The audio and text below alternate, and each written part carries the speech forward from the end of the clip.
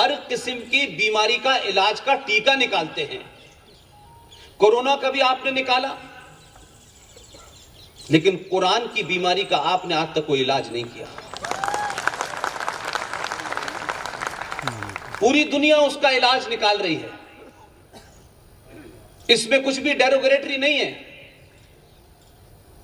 किसी के मजहब के बारे में कोई सवाल नहीं उठाया जा रहा। लेकिन सनातनी समाज जो हर विषय पे बात करता है, सीता पे भी बात करता है, राम पे भी बात करता है, हर विषय पे। लेकिन यह अजीब समाज है कि इस देश में गांधी पे बात करना जो है वो बड़ा भारी काम है, कुरान पे बात करना बड़ा भारी काम है। हर दुनिया की किताब पे चर्चा हो सकती है, लेकिन कुरान पे नहीं हो सकती। और कुरान पे आप बात करेंगे तो आप सांप्रदायिक हैं।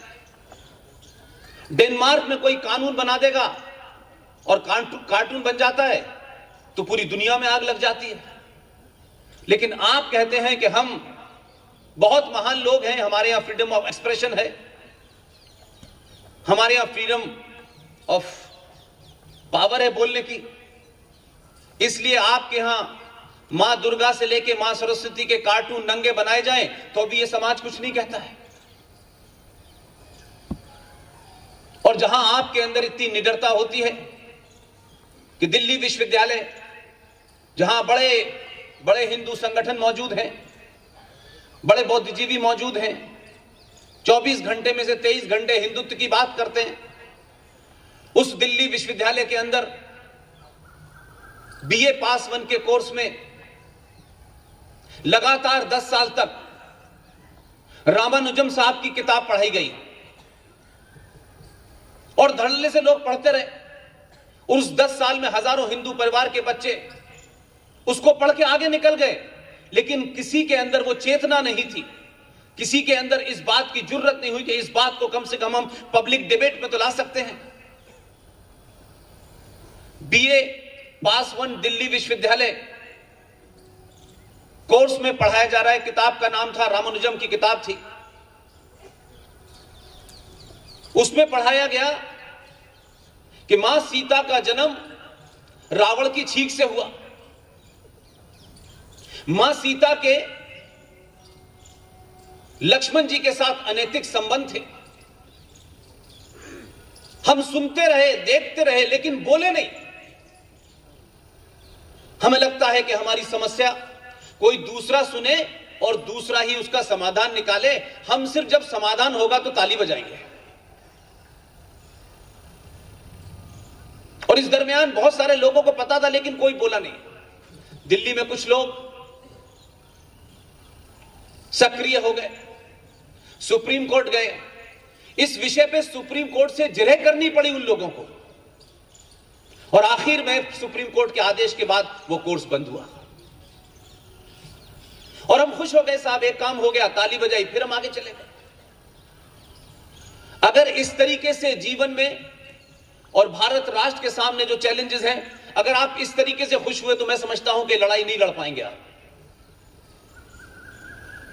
अगर दुनिया का सबसे बड़ा कोई लैंड जिहाद हुआ, ऐलान के साथ हुआ, घोषणा के साथ हुआ, पूरी सोची समझी रणनीति के साथ हुआ, तो 1947 में पाकिस्तान का बनना सबसे बड़ा लैंड जिहाद था। अगर किसी को कुरान के बारे में गफलत है, कोई कंफ्यूजन है, तो दारुल हरब और दारुल इस्लाम की थ्योरी को पढ़ लें। ये दारुल हरब क्या है, दारुल इस्लाम क्या है, ये गज़वाए हिंद क्या है, इसका वर्णन तमाम शरिया उसमें मिलता है जो उनकी हदीस है। लिहाजा आज 2021 के भारत में दिल्ली में कुछ बदला, कुछ राज्यों में कुछ बदला, लेकिन अभी भी मैं मानता हूं कि सरकार बदलना राष्ट्र के बदलाव का बहुत बड़ा मुद्दा नहीं होता। सरकार बदलने से व्यवस्था नहीं बदलती है, और सरकार भी जब बदलती है जब उस राष्ट्र के राष्ट्रवादी बदलते हैं। आज 20-25 राज्यों में आपकी सरकार है,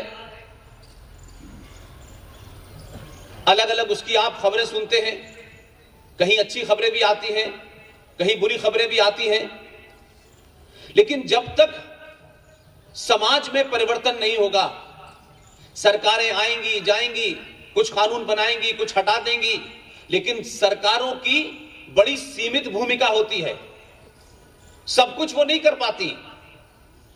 लिहाजा हमें अपनी जिम्मेदारी को समझना चाहिए। और अभी पूरा देश बंगाल को देख रहा है, क्योंकि जिस जम्मू कश्मीर की बात हम बार बार करते हैं, जिसका जिक्र भी किया गया, हमने जम्मू कश्मीर को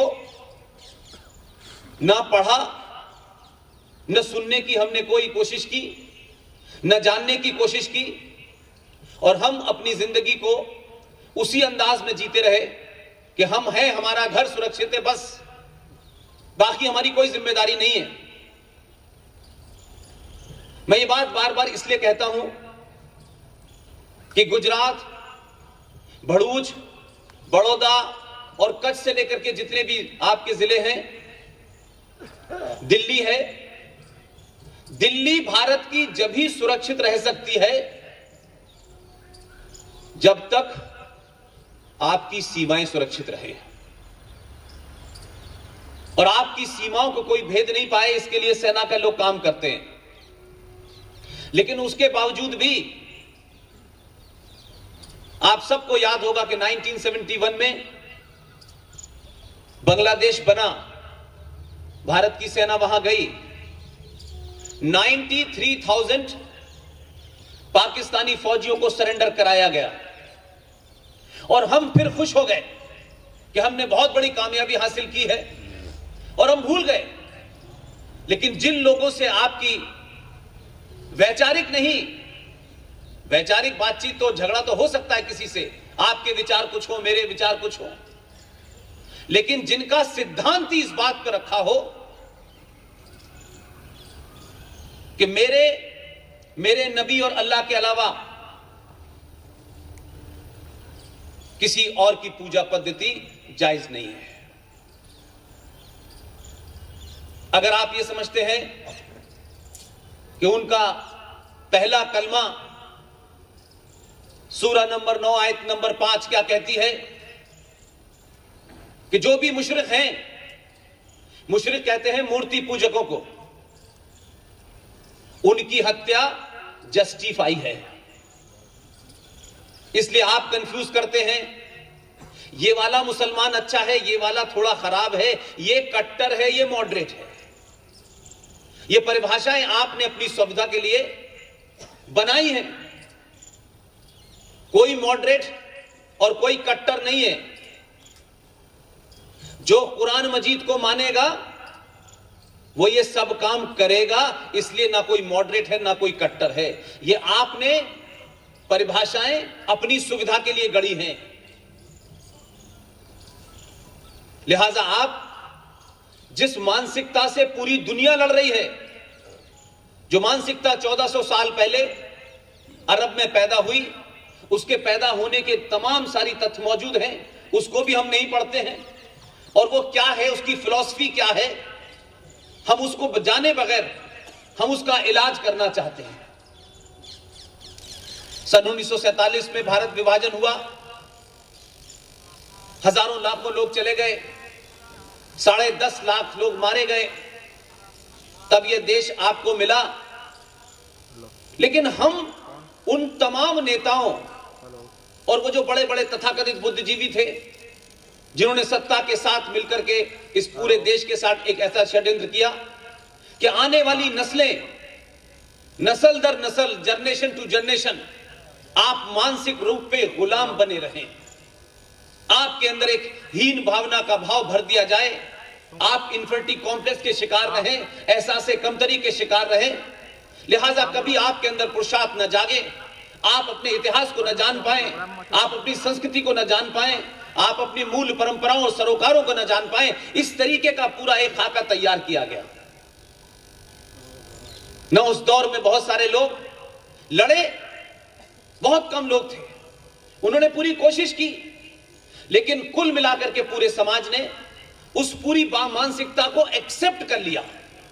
जो समाज छोटे छोटे बातों पे तर्क करता हो, हर बात में अच्छे बुरे की बात करता हो, जिसकी परंपरा में शास्त्रार्थ हो, उस समाज ने कभी यह नहीं पूछा कि भाई भारत के अंदर किस डॉक्यूमेंट में लिखा हुआ है कि 15 अगस्त 1947 को भारत आजाद हुआ था। न तो ब्रिटेन की लाइब्रेरी में है, न उनकी पार्लियामेंट में कहीं है, न उनके संविधान में है, न हमारे संविधान में है, लेकिन हम 15 अगस्त 1947 को भारत आजाद हुआ था इसकी रट लगाए हुए हैं। और क्योंकि आप खामोश रहते हैं और उनको पता चल गया है कि जो कुछ इनको बता दोगे, जो कुछ लिख दोगे, ये सिर्फ पढ़ लेते हैं और पास होने के लिए उसे एग्जाम में वही बात लिख के आते हैं, भले ही वो हकीकत में झूठी हो। तो एक झूठ नहीं, क्योंकि आपकी खामोशी ने सत्ताओं पर बैठने वाले लोगों को लगातार इसकी जारी रखने की इजाजत दी। संविधान बना, संविधान कैसा बना आप सब जानते हैं। संविधान में क्या था, क्या नहीं था, ओरिजिनल संविधान क्या था। हो सकता है आज बहुत सारे युवा पूछते हो कि इसकी रिलेवेंस क्या है। जब तक अपने पास्ट को नहीं जानोगे तो वर्तमान में कभी ठीक नहीं रह सकते, और अगर वर्तमान को ठीक कर दोगे तो फ्यूचर कभी खराब नहीं हो सकता।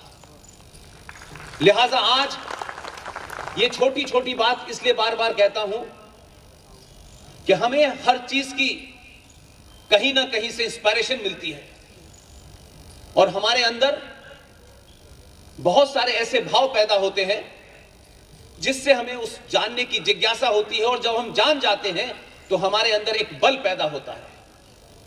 और वही बल है कि आज पूरे देश में 10-12 लोग, इस वक्त जब मैं आपसे बात कर रहा हूं, चाहे मेजर जनरल जीडी बख्शी हो, चाहे हाल के दिनों में आपने सुशील पंडित के ऊपर एक बड़ा हमला होने से बचे की खबर सुनी हो, ललित अंबरदार साहब हो, मेजर जनरल जीडी बख्शी हो, ये देश में कहीं ना कहीं मेरी तरह कुछ ना कुछ बात कह रहे हैं इस वक्त। आखिर क्या वजह है कि इन लोगों को लोग सुन रहे हैं।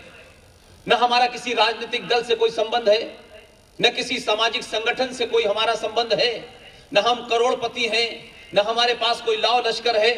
हम साधारण से लोग हैं, साधारण परिवारों से आए हैं। और क्या वजह है कि आप उस राज्य के लोग हैं कि आपके एक आदमी को तो पूरी दुनिया सुनती है और आप मुझे सुनने आए।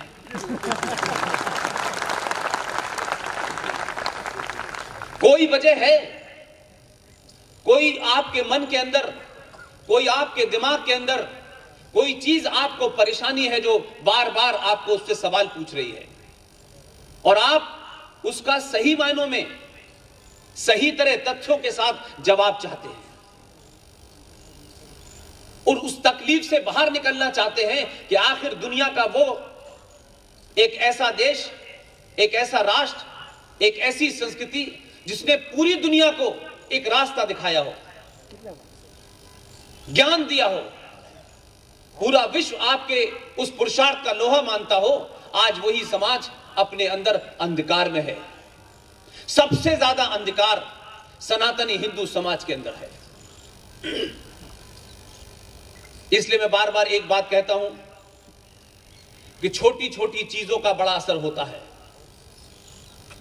सरकारों पे जब आप सही सरकार चुन लें तो सरकार को काम करने दें, रोज रोज उससे हिसाब मांगने, दरवाजा खटखटाने मत जाइए।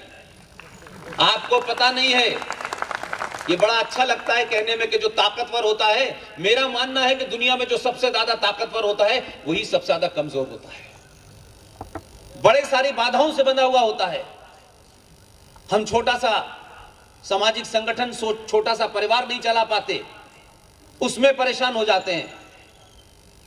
लेकिन शायद हमें इस बात का बोध नहीं है कि 70 सालों तक इस भारत को कैसे रौंदा गया है। स्टेट ने रौंदा है, सरकारों ने रौंदा है, आपकी सरकारें आपके राष्ट्र के खिलाफ काम कर रही थी। आप चाहते हैं 6 साल में सब ठीक हो जाए। ये मुमकिन नहीं है। हम बहुत दिन बाद जागे हैं, इसलिए जब आप जागे, और मैं बार बार ये कहता हूं कि गुजरात में आता हूं,